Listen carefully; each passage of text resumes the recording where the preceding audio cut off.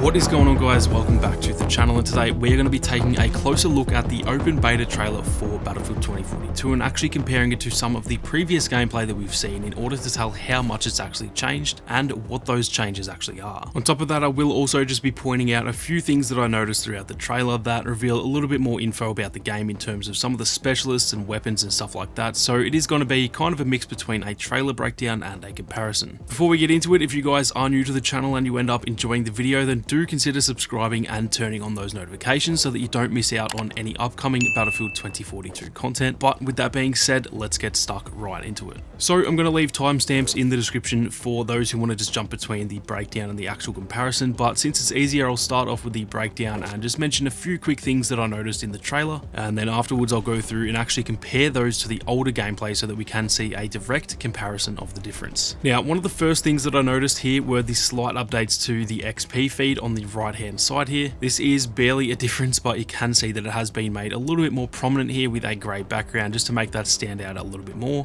and I wouldn't be surprised if you can actually customize some of this stuff too, since it's not all that different from what we saw in the specialist gameplay. Now, another small change to the UI is the updated kill log, which now has a skull similar to Battlefield 5, and the text is also red compared to just the regular white text that it was, and again I'll show direct comparisons later on in the video. We can also see the new hit marker and kill marker here, which looks much cleaner than the previous version, so they've definitely listened to what the community has had to say, because that was definitely one of the bigger complaints that I've actually seen, that pretty much the entire UI, other than maybe the HUD itself, doesn't actually look that great, which I actually completely agree with. And although these aren't crazy different, and I personally think they could actually use a bit more work, they are definitely better than what they originally were. Now, another pretty big change alongside that skull is that there's also an assist icon that pops up, which shows a hand instead of a skull, and you can see over here on the right of the screen that it says the player got an assist, so that is actually going to be pretty handy to let you know that the player is dead, but also that you didn't actually get the kill. Now, I'm not too sure how this will go, so I'm actually keen to get my hands on the game and test it out. It could end up being a little bit annoying, or it could actually end up being really helpful to know just by quickly looking at the icon and seeing if it's a skull or a hand, but we will just have to wait and see. I'm almost certain that the UI will probably get a few more changes either before or after launch, as personally I do think it has a lot of improvements still to be made. In this same shot, we can also see not only a red outline around the enemy player, but also their class above their head too. I know a lot of people aren't going to like the whole red outline thing. I do hope that you can actually turn it on or off just for that reason, but for me personally, I'm actually okay with it simply because I'd rather know who's who opposed to being slightly more immersed but occasionally dying to someone that I thought was a teammate or something. So again, these are the types of things that we'll just need to keep an eye on in the beta, and this is exactly what beta tests are for, to pretty much see the community reaction to subtle elements of the game like this. Now, we also get to see our first gameplay from the perspective of Rao in this trailer as well, who is the specialist that we saw in Exodus and some of the blog posts, and although it doesn't really show anything at all about this character, it is cool to see either way. We can also see another look at the kill feed here over on the left. Keep in mind the kill log and the kill feed are a different thing, with the kill log being your own notifications of kills in the center there, and then the kill feed is a list of all the kills that happen in the game.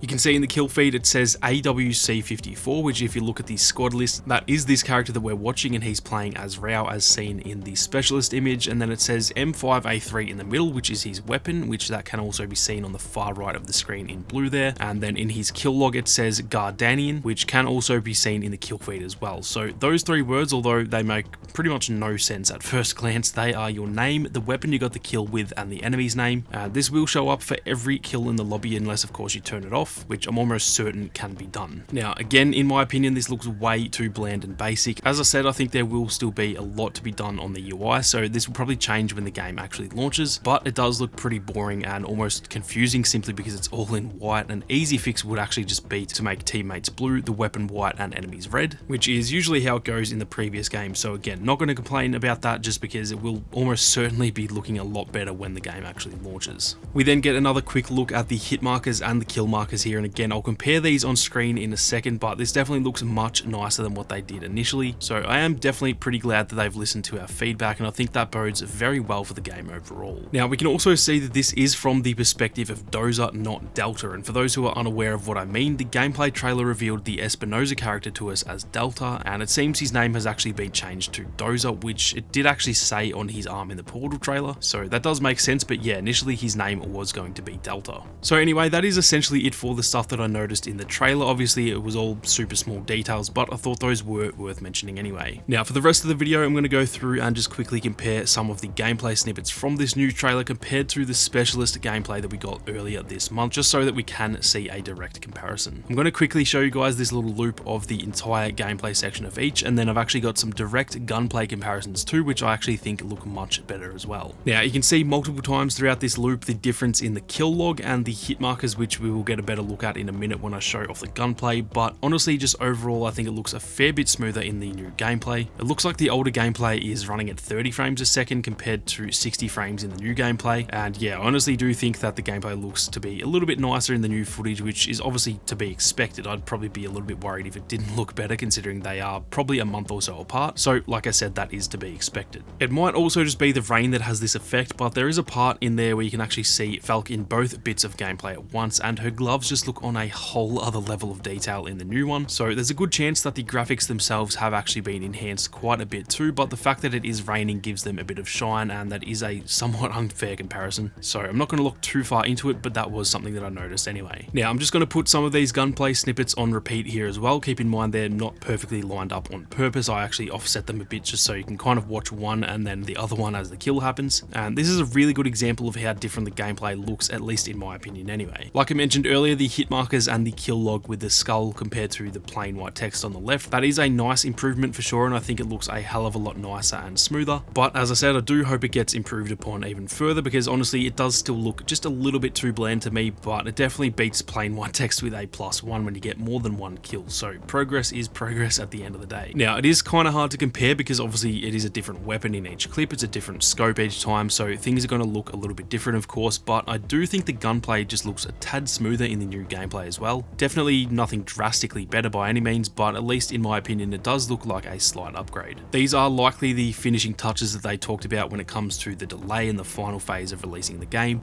It might honestly only improve the game by like 1%, but I do think the quality all adds up with those smaller sort of quality of life type of changes. And so honestly, if they needed another month to add the finishing touches to that stuff, then I'm all for that, assuming the game isn't just completely busted. Now hopefully that gives you guys a nice comparison between the gameplay that we've seen previously and the gameplay that we've just received yesterday. And if they can manage to improve it this much in a month, I hope that can give you guys a bit of reassurance that the extra month until launch is actually going to be worth it. Obviously we need to play the game and see it for ourselves, but personally I am pretty happy with the progress that seems to be happening while DICE are staying very quiet, and let's just hope that they do communicate a little bit better from here on out. Let me know what you guys thought of the gameplay. I cannot wait to get my hands on it, and I will be absolutely streaming it as soon as it goes live on the 6th, so be sure to tune in for that and get a look at some raw gameplay for yourselves. If you enjoyed the video, then be sure to leave a like down below, and if you are new, then consider subscribing to the channel with those notifications on. If you guys want to support the content that I make here on YouTube, then do consider becoming a channel member. But with that being said, thank you all very much for watching. You guys have a great day, and I'll see you all out there on the battlefield.